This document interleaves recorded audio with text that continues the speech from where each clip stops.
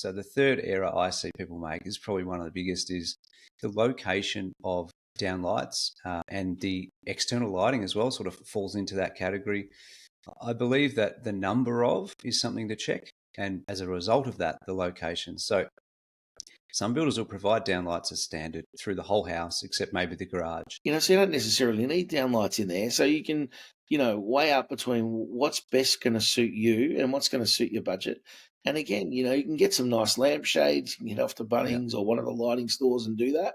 And then use some of those downlights in another room where you might want it a little bit brighter, so you can group some of those together and get it to be, and again, certain areas, dining room, kitchen, you generally want them to be brighter, using knives and forks and that sort of stuff. Whereas even over an area where you might be watching telly, it doesn't need to be quite as bright. So you get away with having less downlights, for example. So just weighing up what that looks like for you. yeah.